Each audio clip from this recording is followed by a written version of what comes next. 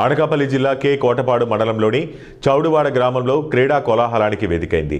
సంక్రాంతి వేడుకల నేపథ్యంలో గ్రామంలోని జెడ్పీ హైస్కూల్ మైదానంలో క్రికెట్ టోర్నమెంటును మాడుగుల ఎమ్మెల్యే బండారు సత్యనారాయణ మూర్తి అత్యంత వైభవంగా ప్రారంభించారు. ఈ సందర్భంగా ఎమ్మెల్యే స్వయంగా బ్యాట్ పట్టి క్రీడాకారులను ఉత్సాహపరుస్తూ టోర్నీని ప్రారంభించడం అందరినీ ఆకట్టుకుంది. ఇదే వేదికపై క్రీడా మైదాన అభివృద్ధికి సంబంధించిన పలు పనులకు ఆయన శంకుస్థాపనలు చేశారు. ఈ పోటీలో మొత్తం 7 జట్లు తలపడుతుండగా 100 మంది యువ క్రీడాకారులు తమ సత్తా చాటేందుకు సిద్ధమయ్యారు.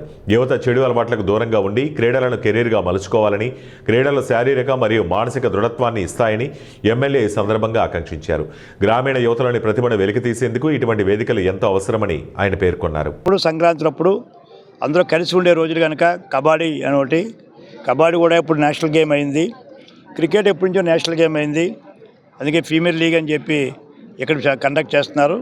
ఇది విజయవంతం కావాలని అందరూ కూడా స్పోర్ట్స్మెన్షిప్తో కొనసాగించాలని కోరుతూ ఈరోజు క్రీడలకు కూడా ప్రతి హై స్కూల్స్ కూడా ప్రోత్సహించాలన్నది గవర్నమెంట్ ఆఫ్ ఇండియా కేలి యోజనలో కానీ రాష్ట్ర ప్రభుత్వం కానీ ఇప్పుడు టేకప్ చేస్తున్నారు. ఇప్పుడు మాడుగుల హై స్కూల్ని టేకప్ చేశారు. మొన్న కూడా వాలీబాల్ సెట్, అంతకుముందేమో ట్రాక్, షటిల్ కాక్ అది ఓపెన్ చేసాం. మాడుగులనే కాకుండా అన్ని హై స్కూల్స్ కూడా మొన్న గవర్నమెంట్ ఆఫ్ ఇండియా రాశారు. మన ఎవరైతే రవినాయుడు స్పోర్ట్స్ చైర్మన్గా, మధ్యగా క్రీడా శాఖ మంత్రిగా మన రెడ్డి గారు, గవర్నమెంట్ ఆఫ్ ఇండియా రాశారు. నిన్న పిమ్మిసాని గారు ఒక స్టేడియంకే 14 కోట్లు తేవడం జరిగింది. అంటే కేంద్ర ప్రభుత్వం కూడా ముందు రాజీవ్ కేలి యోజన ఉండేది, మన దాని పేరు మార్చారు. ఆ కేలి యోజన ద్వారా హితోధికంగా కేంద్రం నిధులిస్తుంది.